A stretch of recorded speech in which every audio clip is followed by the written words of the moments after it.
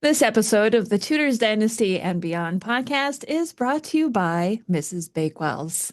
Mrs. Bakewell's classic English scones are lovingly handmade in small batches using only the finest ingredients, offering a true taste of tradition. It's also the first cream tea company in the United States, and I have had so many of these, I cannot recommend them more. They are absolutely delicious.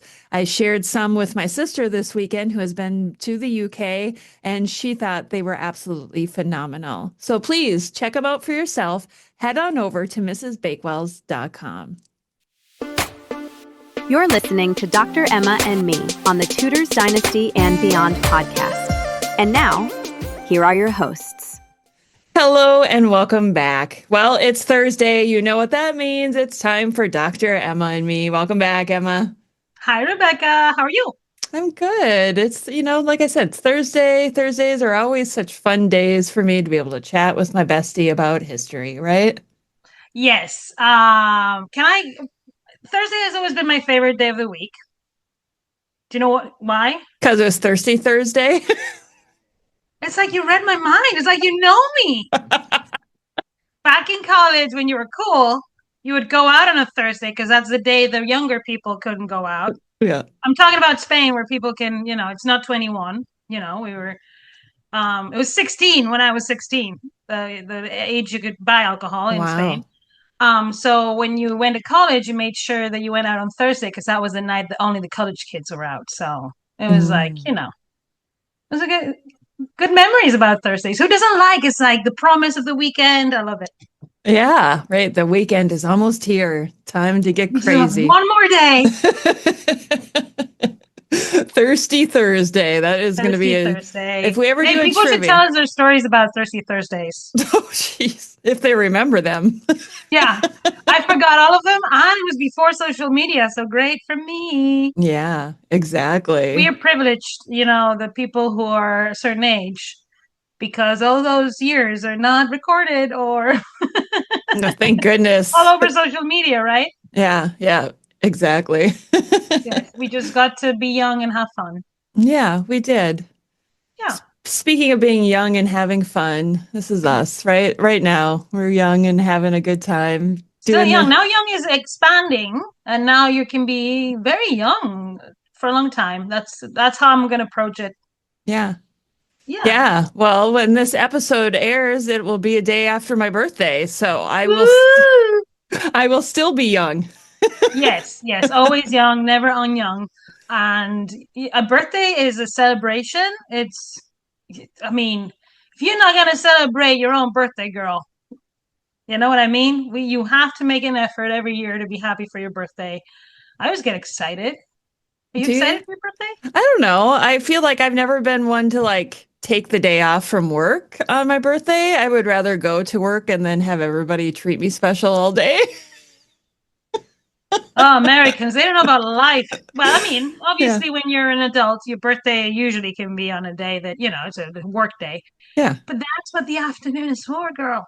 It's, make sure you celebrate yourself. Well, my birthday's on a Wednesday. It's close enough to the weekend, so I'll make sure this weekend to have a good time. Wow, I love weekends that start on a Wednesday. Oh my gosh, you crack me up. Okay, well, anyway, enough with the small talk. Enough of your birthday, because it's all about you. Enough about talking about my birthday. And last year on my birthday episode, I think I wore my tiara, and today my tiara is up on the shelf instead. So what are you going to do? Are you going to wear the tiara tomorrow again? Yeah, maybe. We'll see. Were you wearing that tiara or were you wearing a crown?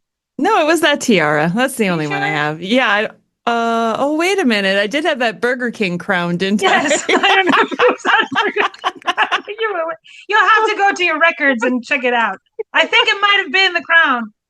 Might have been, because I think that morning or the morning before I went to Burger King for breakfast and the guy asked me, as you do in America. Oh, I know. That's good. They're good. Anyway, he said, would you like a crown today? And I looked at him and I was like, I don't know. He's like, every queen should have a crown. And I was like, dude, you sold me. Give me a crown.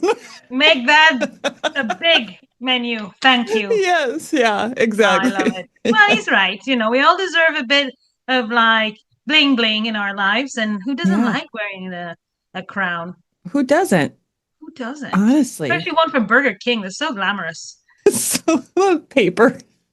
Anyway, speaking of Anyway, queens, speaking of queens, we need, first of all, we need to talk about a special event that you're going to be doing for I me know. I'm coming so up. excited because I've studied this woman. I know everybody loves her, Isabel of Castile. And I hear a lot things about, oh, this woman, Elizabeth the First, was a pioneer in propaganda, or this other lady.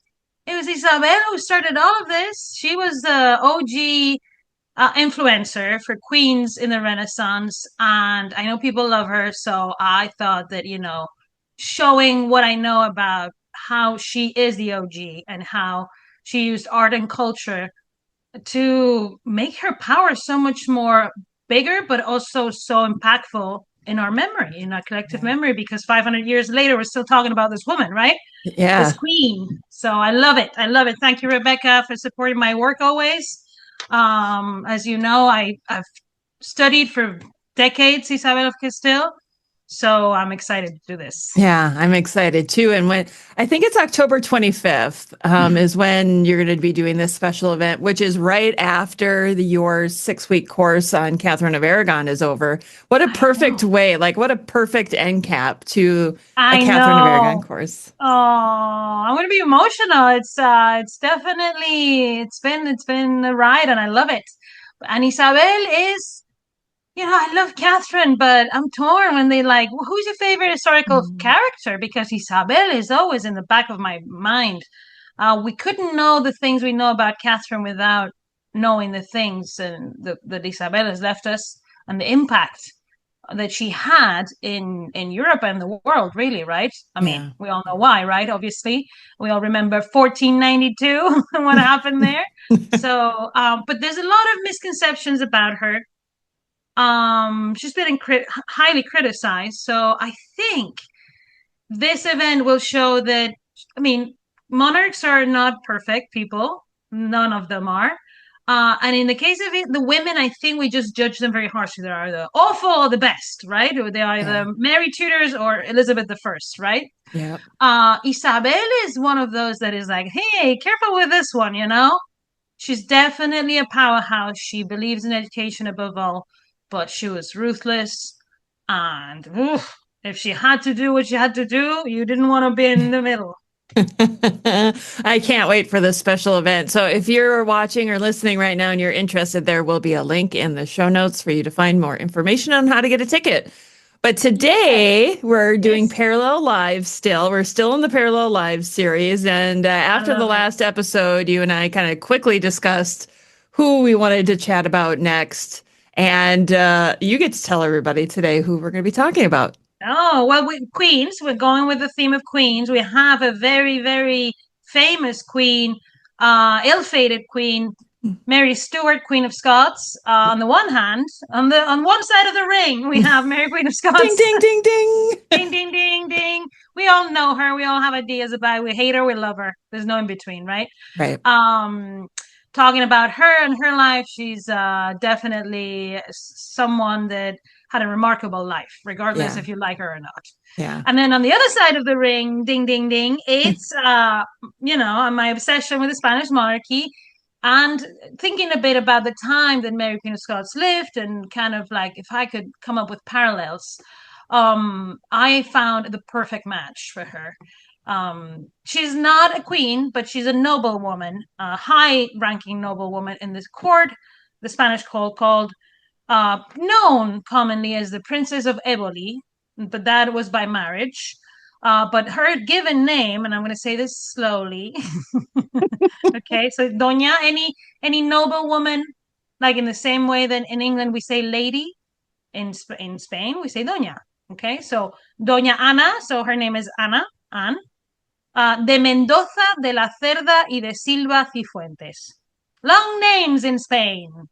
And one of Yes. the reasons why people in Spain have such long names, and then in the Hispanic world too, is because we keep our moms' names too. Women don't typically change their last names when they're married. So when a couple has a kid, they have both names. They have the usually the father's name first and then the mother's name. So that is why you get all these Spanish people, excuse me, in the 16th century with these long names. So Doña Ana de Mendoza, de la Cerda y de Silva Cifuentes is the Princess of Éboli that we're going to talk about in comparison to, or comparing her life to Mary Queen of Scots, Mary Stuart, right? She Yeah. was a Stuart. I love that Spanish tradition, by the way, of keeping both of your parents' names. I wish that was an American It's tradition not just too. Spanish. I would say it's Hispanic. It's from Oh, the Iberian Peninsula because in Portugal they do it too. So okay. I'd never want to leave Portugal out. We tend to like forget about the Portuguese in Spain, and I'm on the all contrary. My friend is one of my favorite. I mean, I think it might be on the whole my favorite country in Europe, Portugal, Wow. for many reasons. It's amazing people and beautiful country. Next to the second best, which would be the best one, which is Spain, right? Obviously. Obviously. And in this case, Doña Ana de Mendoza, la Escuela Ana de Mendoza has been a very prominent family in Castile. And one of the most famous ones is an ambassador to England. Oh yeah, And he's in Mendoza. the Tudors. Remember him? Embajador Mendoza. That's what I didn't get about. I mean, the actress of the Tudors for Catherine Aragon was probably one of my favorite casts. Um, and we've talked about this in the program before in the show.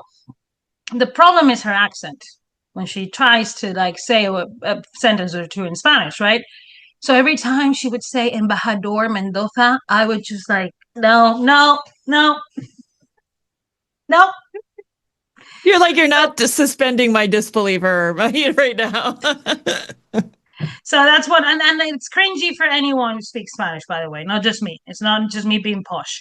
Um, so Ana de Mendoza comes from this powerful family where there've been many, and lots of links to England because her husband, after they get married, she's married at 13 by recommendation of Philip of Spain in 1553. He's about to marry Mary Tudor, and he proposes that this rebellious noble little girl who's 13 is married to his guy, who is Rui Gomez da Silva, who is a Portuguese nobleman who becomes very, very close to Philip of Spain, the future Philip II of Spain, who becomes the first prince of Éboli.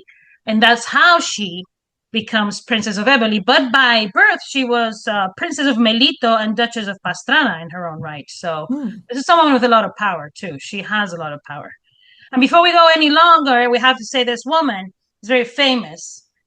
First of all, for being, cunning and plotting against the king and things like that, but also for wearing an eye patch. Yeah, she's been like it really gives off some Frances Bryan vibes, doesn't it? Sir It Francis gives Bryan. the pirate queen lady, I don't know, it gives her an edge. Even though she wears this eye patch and we don't know the reason, maybe she lost an eye. There's ideas that she could have lost it training with a sword or something. But the reality is she wore the patch. I mean, we can assume that something happened to her eye or that she was just had a wandering eye and she wanted Yeah. to make sure because she was described as extremely beautiful. Hmm. So even though she wore a patch, maybe the patch gave her the edge. Yeah, it gave her a more exotic look. They're like, ooh, she's exotic and mysterious. Yeah, and she's one of the most powerful people in this realm, and her family's loaded with money. So I think that helps too. That makes her a little bit more attractive Oh, she's too. so attractive. But definitely she shows from an early age, and this is where there's a parallel with Mary, Queen of Scots, of rebellious attitude towards authority. Oh, this sounds familiar. This is a familiar tale. And she's married at 13. Imagine how rebellious you have to be that the Prince of Spain, he's almost King of England, Yeah. Philip, is like, oh, I know the perfect guy for. But then the guy leaves because he goes to England with Philip. So they're married, but they don't see each other a lot for the first 6 years. Oh no. This screams disaster. Well, depends on what you define as disaster in a marriage. They had to have children afterwards. Oh, well, I guess that's good. She must have missed him then. Yeah. At least she was 23 though. 20 when he came back or something. Yeah. Yeah. So definitely, but yeah, doesn't have I think she's just these women that are very empowered through their own heritage, where they come from. So that's one of the things that they both have in common, Mary Stuart and the Princess of Éboli, is this kind of like proudness of their heritage that Mm. gives them authority, really. Which is classified then by the men as rebelliousness, or the women, because in the case of Mary Stuart is Elizabeth I, right? Yes. So it's always the battle of power. Yes, And the it women is. are battling in this power battle in the 16th century. That's what I think is really remarkable. There are princesses of Éboli and Mary Stuarts in the 16th century is remarkable, Yeah, fighting for the power. In the case of Mary Stuart to another woman, Elizabeth I, right? yeah. Yeah. One must think that there were lots of women who were battling for things in the 16th century, and yet we only hear the stories of the big named women. Those are the ones that are documented, right?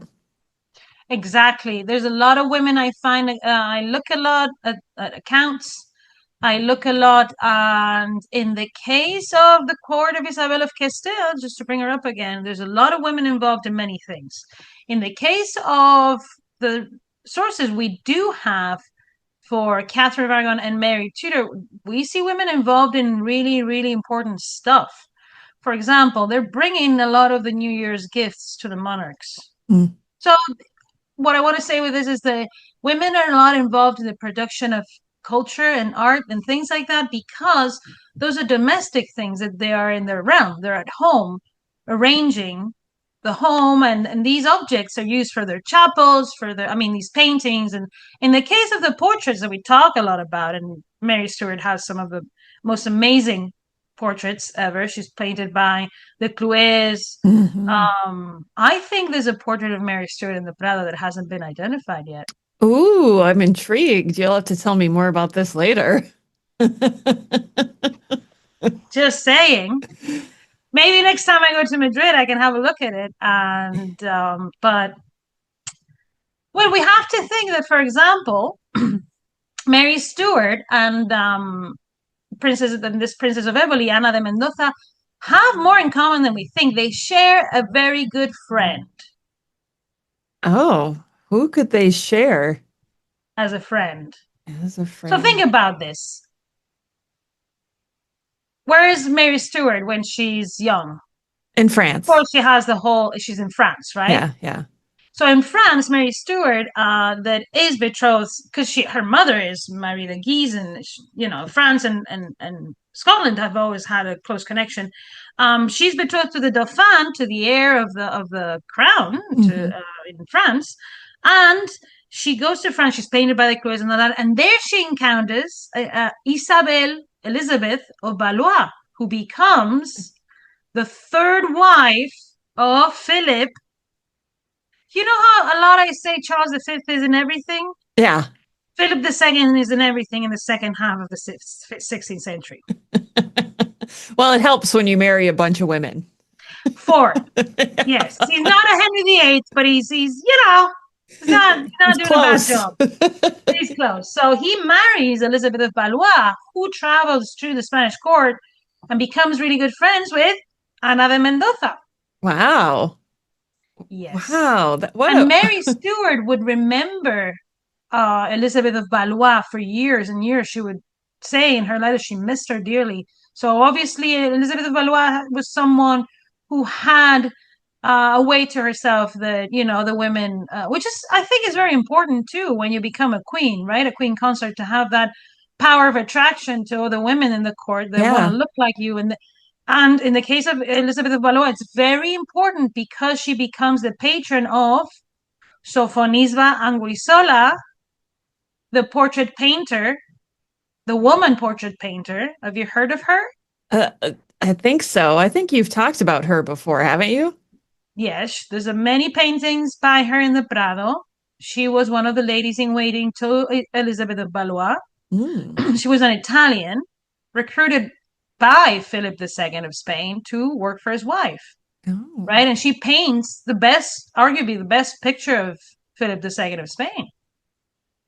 Of She's course. incredibly talented and very refined, obviously, because we've talked many times that the Renaissance is coming from Italy. So she's coming from the source, really. Hmm. But where has Philip learned this? Where has he seen women artists painting queens? I can't imagine. In the Hmm. maybe when he was in the toilet. No, that was his father. Come That's okay. on.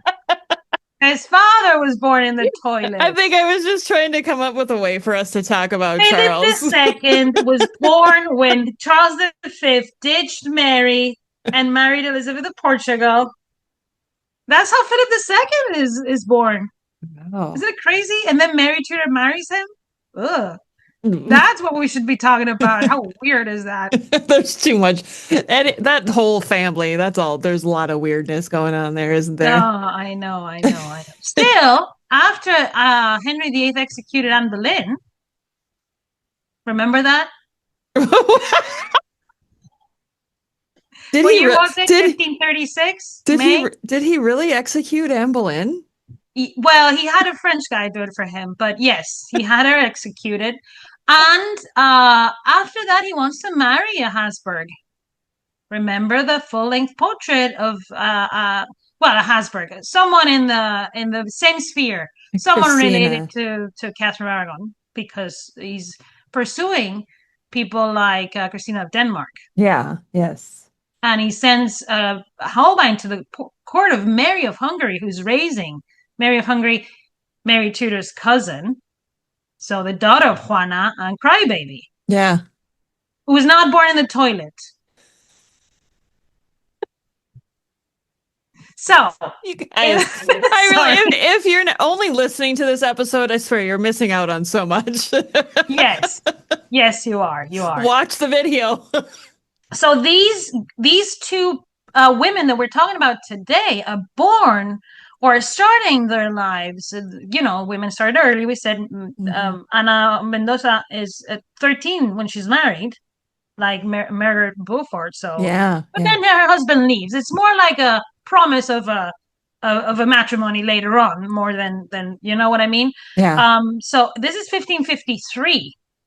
This is the year Mary Tudor becomes queen. Yes. And then remember in 1543, so Mary Stuart is kind of betrothed to Edward the Sixth, the future Edward the Sixth, too. Kind of. Kind of. They were trying to force it on her. Yeah. And she was like, And he's weird like his dad. I don't like him. he's weird. She was like I much 6. rather have the French guy. He looks much better to me. Well, the fact that they call it the rough wooing to get the marriage all aligned says a lot about how the Scottish felt about this whole Well, idea. and then she's a Catholic. She's like, I'm gonna go to the court of Henry VIII. Yeah, right. Yeah, send me to And France. one of the things that is remarkable about Mary Stuart, think about this. And let's talk a little bit about what happens to her, really. They both end up in badly. This is why it parallels too, right? Mary Stuart Mhm. and Ana de Mendoza. We should talk about that. Because Mary goes back to France after Francis's death. She's queen of France for a little bit. She marries the French dude and she goes back to Scotland, right? To Mhm. rule, apparently.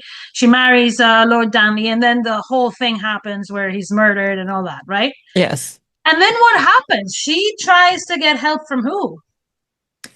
After the Darnley thing, then that's crap. Now you're really putting me on the She has spot. a Tudor cousin that's ruling England called Yes, Elizabeth. that's what you're getting at. Okay, yeah. Right, So then right. And she she's went like, to oh, Elizabeth. look at me. I'm just like you, but in Scotland. So, Yeah. hey, Help a could you sister help me out. out?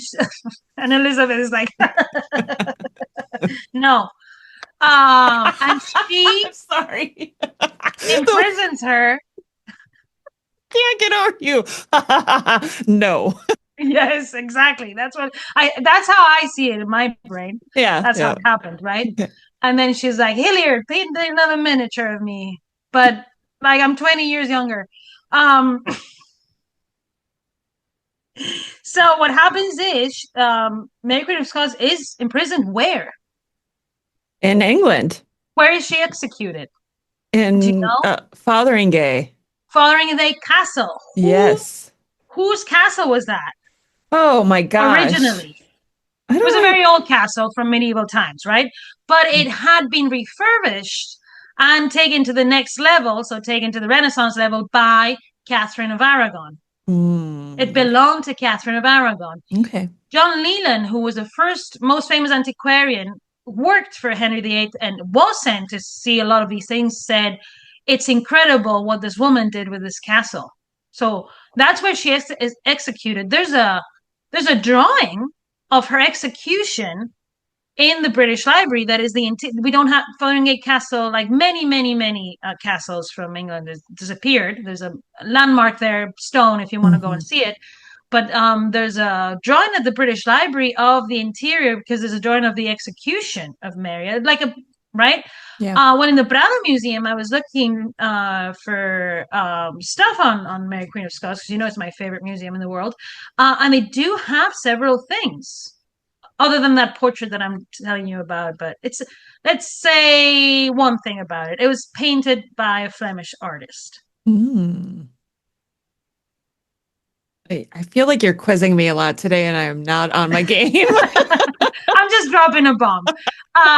No, in the case of the execution of Mary Queen of Scots, it is used later on in the Spanish monarchy as a symbol of how Elizabeth killed a Catholic queen, Mm. Well, she right? did. Yeah. She did. I think this is something we don't talk about enough because Elizabeth I has this halo of sanctity as a monarch that I quite frankly understand and don't understand, right? I understand because she's at the very inception of British culture, and then she became very notable because her time was very famous because of people like Shakespeare, and she did many good things, right? But Hmm. she did awful, awful things too. And this treatment of Mary, Queen of Scots, whatever Mary had done or whatever her role was I think very telling that she was just like her dad, a bit cuckoo in the head, that she never trusted anyone, truly, anyone. So, and that she'd had a special mission against Catholics. Yeah. Well, you can't blame Elizabeth for not trusting anyone because of her whole life. I think she always felt like she couldn't trust anybody. She was always in a position that she was a threat to somebody. But what about empathy? What about showing empathy for her cousin, because they Yeah. were cousins, who was in the same position as her, younger than her?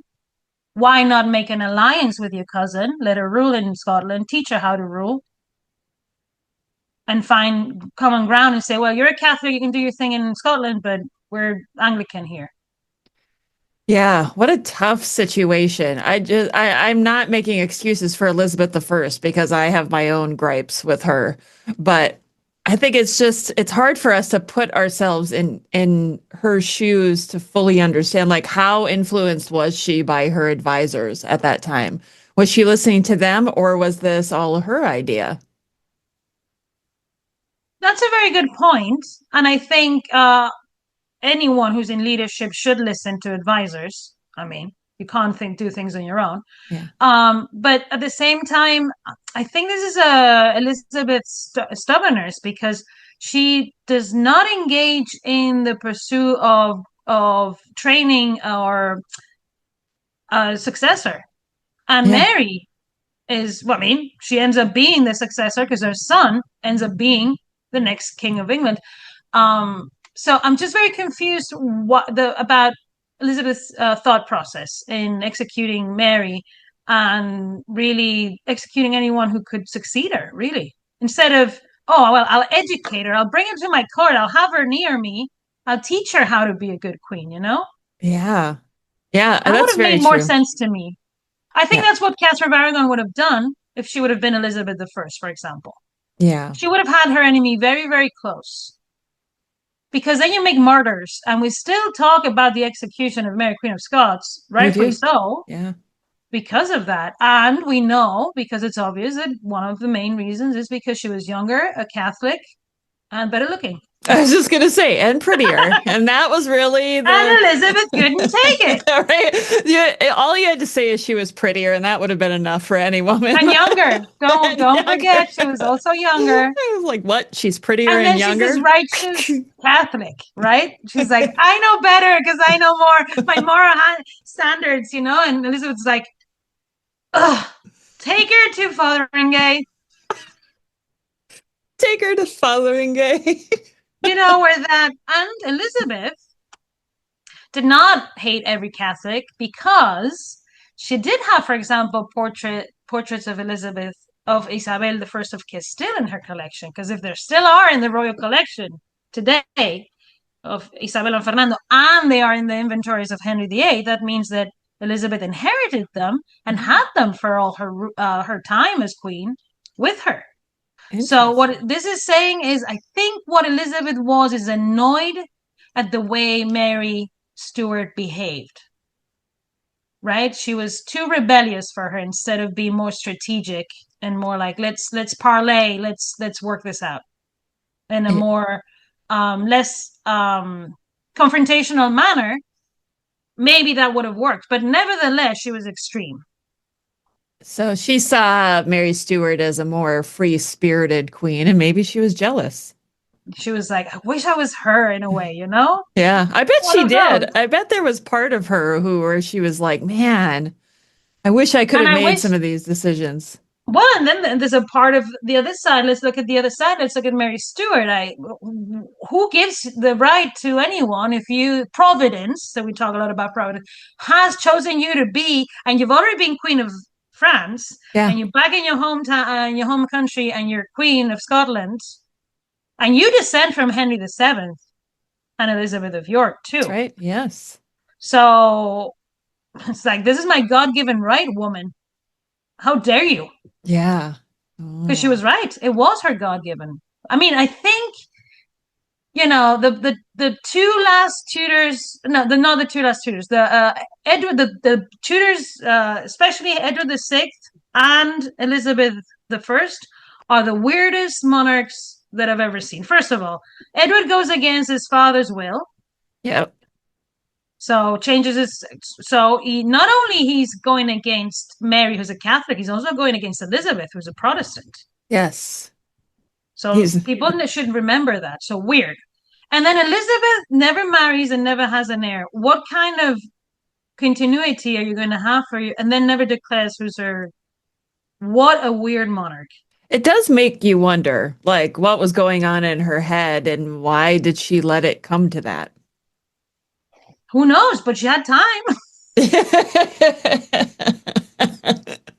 Yeah, the whole Edward the Sixth thing, I feel like Edward the Sixth was so manipulated by men around him that he didn't know how to think for himself. That's my opinion on Edward the Sixth. I think he was just influenced by John Dudley to change the device for succession, and he did it in a way that favored John Dudley's son, Lady Jane Grey's husband. So, wow, Right. how Right. convenient, right? Right. But then the things you have to hear about this king, boy king, right? And Yeah. he did this and he did nothing. He was just a boy, manipulated by everyone around him. But then you have Mary the First, and he's like, oh, she was super manipulated by Philip II of Spain. He was the smart one in that relationship. She was just dumb. No, no. This is a 37-year-old woman who has Yeah. waited all her life, and in the case of Mary Stuart, we do have to take into account in these parallel lives the age differences and the power difference, right? So by Mhm. the time that Mary Stuart comes back home, Elizabeth is established in the throne and she has a winning hand. And Elizabeth is ruthless with Mary Stuart. And in the Yeah. case of Ana de Mendoza, even though we've said she comes from this very, very big family and all of that, when she tries to assert her power, she runs into a problem is if you go against the king, you're done. Oh. Yeah. So she's described as being, and we said 10 children, marries this guy from Portugal who is a close advisor to Philip. He's basically one of the people ruling for Philip. Um, and they describe as very energetic in the court and very attractive, like Mary Stuart, right? In 1573, her husband dies. And she goes to a convent for 3 years. But after 3 years, she's like, nah, I don't think convents are for me. So she goes back to court and makes a secret alliance, supposedly, because we all have to know these are accusations sometimes, or, with the king's secretary, so Philip II's secretary, Antonio Perez, the most Spanish name you'll ever hear, Antonio Perez. Okay. So she makes a secret alliance and they try to kill. I mean, the plotting and plotting and Oh plotting. no. She's like changing her eye patch every day to plot. It's just incredible. And finally, they're both arrested. Who She's did, arrested. who did they try to kill? They try to kill her. I think it was her new husband. Oh my gosh. But they plot against the king apparently too. And in 1579, she is arrested, and she spends 13 years in prison where she dies. Wow. She's like a Rapunzel because they put her in a tower and they're like, throw the key to the river Éboli, which is the biggest, longest river in Spain. I can't even. Oh, wow. She really was a troublemaker, wasn't she? I wonder if she was able to take her eye patches to the tower. And I always imagine her because there's a very famous portrait of her by the court artist Alonso Sanchez Coelho, where that's why we know she had an eye patch because she was wearing it. Yeah. With a very big ruff. So now we're in the time of big ruffs and that. And I imagine her in that tower with her big ruff and her eye patch. And you know what else she has when I see her in my break? You know what? God, What do people with eye patches have? I don't know. They're like in their pirates, shoulder? and they have to have a parrot. I'm sure she had a parrot. And she used to, yeah, imagine that when you walked in that room and you saw a lady with an eye patch and a parrot, and the parrot was like, hola! I know. I was just gonna say now I have to do an impression of a parrot. Parrot Hola! speaking in Spanish. That's the story of my life. Yeah, she I was is called just she's little just parrot when I was a little girl. I've said that in the podcast, haven't I? Have you? I guess I didn't remember you But saying. yeah, in Spanish we say loro is parrot, right? So lorito would be little parrot. So it's like a thing. Don't be. My mom would used to say like, don't be so lorito. Don't be so parroty. Hmm. Huh. It's just yeah, because you talk a lot. Never happened to you? Oh, I had three siblings. I was the third, Right. so I was, I guess I was technically a middle child and an attention seeker, but Nobody was paying attention to you. no, that's probably why I was in theater and stuff because I wanted people to pay attention. It's probably why I have a Yeah. podcast. You're on the sign that I put sometimes on. Look at me. Look at me. Well, I'm the firstborn. Yeah, there we go. Yeah. Enough said. So yeah, and I've always had this problem. I talk a lot, so it's not. That's why I'm in a podcast. That's why it's perfect that we came together. And this is how you end up in a podcast, people. It used to be the only complaint my teachers would have in school would be she talks too much. And you would talk to yourself too. And I would talk to myself. I still do. That's my favorite story where she puts you in the back of the class. I sing, I'm like practically never silent. Which is, it's a lot for if you have to like cohabitate with me, obviously. Your husband is a saint. He is a saint. He's a saint.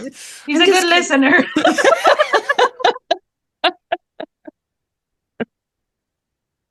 Oh my gosh. Imagine. No, that's, you have to be compatible. Yes. You can't have two little parrots together because then it's just too much. Yeah. Yeah. I guess now I tend to be the talky one in relationships. Yeah. Well, I mean, I can listen sometimes. I'm thinking about what I'm going to say next, but I can listen. Anyway, back to the parallel lives because it's all about us. When we thought about this episode, I thought this was very interesting because this is not a time I know artistically, and you guys know I'm an art historian, and just to go through a bunch of portraits, well, especially the Ana de Mendoza with her eye patch, Yeah. but the portraiture in this time, which I'm studying a lot now, is fascinating too. And there's so much still, so many unknown ladies in collections, in purchasing collections everywhere that need attention because it's just the portraiture just gets more complex too. It's just you get so enthralled in it because it's like all these symbology and all that. So I did Yeah. enjoy a lot preparing for this. And looking through those. And also Mary Stuart, I think she's a figure that brings up a lot of empathy Mm. and sympathy in Spain. And I think it is because of this connection of the Catholic world, and the kind of the grievances against the Catholic world that we all know about. And Mary Queen of Scots is definitely one in the Catholic world, right? Yeah. And then Yeah. in the Protestant world, they have others, right? Like the Book of Martyrs. Yes. John So Fox. it depends on the way you see history. I guess that's kind of one of my final reflections on this episode. Is Mary Queen of Scots is seen very differently, for example. So these big female figures, especially tragic female figures, are used on both sides to really show like grievances, right? To Hmm. say, oh well, I studied the history of Spain, so poor Mary Queen of Scots. Oh well, I studied the history of England, so Mary Queen of Scots was a bit silly, Yeah. Yep. kind of thing. So I would say that studying, for example, the art and seeing that these people share a common language, we should think more that it's just this is a time that Europe is really constructing, and these people in power are the ones shaping the identity of the people in Britain or Spain right now, with their actions and what happened to them. Not just what they did, but how later those things were told and shared and Yeah. reimagined later on. And that got me thinking, especially when I saw that preparation drawing for the execution of Mary Queen of Scots that was put in a triumphal arch in Spain. And I don't remember now when, I think it was the early 17th century, because when James the First and Sixth is trying to make peace with Spain, he's using a lot of these Catholic symbols, like jewelry of Mary Tudor and Philip, Mm. and the image of his mother, right? Yeah. His Yeah. tragic mother. So it's a new chapter of fascinating just artworks that are telling us about these stories. And it's funny how art historians in Spain see it one way and art historians in England see it a different way. That's right. I'm sure art historians in Scotland see it another way too. Yeah, I mean, too. probably. Yeah. Yeah. What do you think about Mary Stuart? What's your I is it feel someone honestly, you like? I'm always torn on her. I'm fascinated by her and her story, but I feel like I still can't put my finger on exactly who she was. And I do. why do you think is that? I just think like it's either she's the naive victim or she is the plotting queen. There is no in between, and I feel like there's got to be an in between here. She wasn't one or the other. There's got to be a mixture of both. I think that's a great reflection because that's what we were talking about at the beginning of the episode when I mentioned that Isabel is either seen as this horrible woman that, inflicted this pain and and the expulsion of the Jews Yeah, and went to colonize America and this and that, right? yeah, And then there's other people who see her as this woman who introduced Renaissance and humanism and this and that. But in the case of the women, because it's so rare still, even though we talk a lot about them, they're very rare. They're seen, and later, after their lives, they are constructed either as villains or goddesses, but pure goddesses, like Elizabeth. And that's why Elizabeth, the First of England, is such a fascinating figure. This Virgin Queen, Gloriana.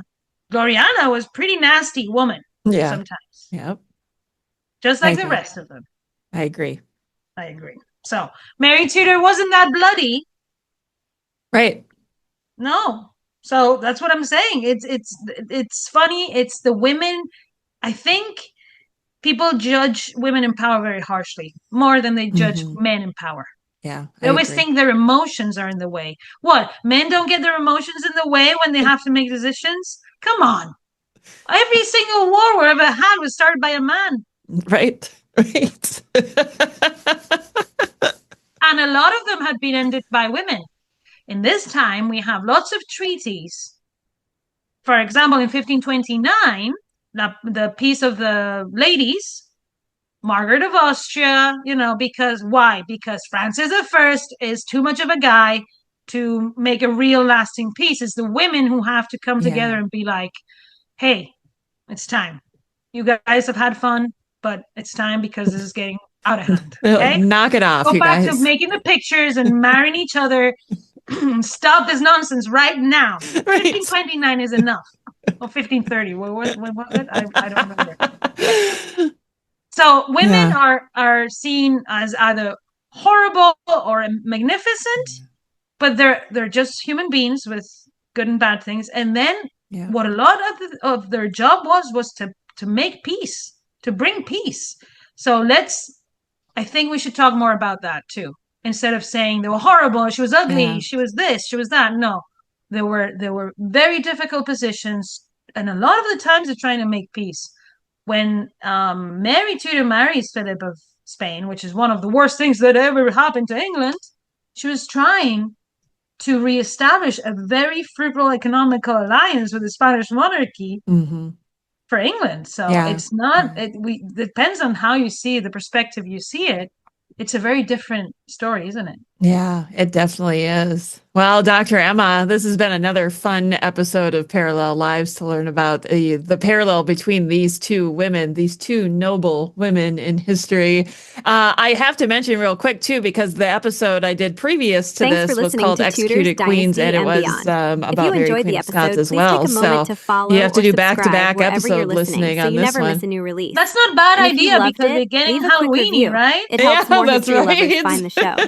Want to support the podcast? Maybe this year I'll go as head to patreon.com. Oh, that would be a fun costume. You can also find the link in the show notes of this episode. Or after the Join the conversation with Rebecca on social media at Tudors Dynasty. Until next time. Oh my gosh. All right. Well, Dr. Emma, thank you so much, and I'll see you again next Thursday. Okay, and happy early birthday, Rebecca. We love you. Thank you. Bye-bye.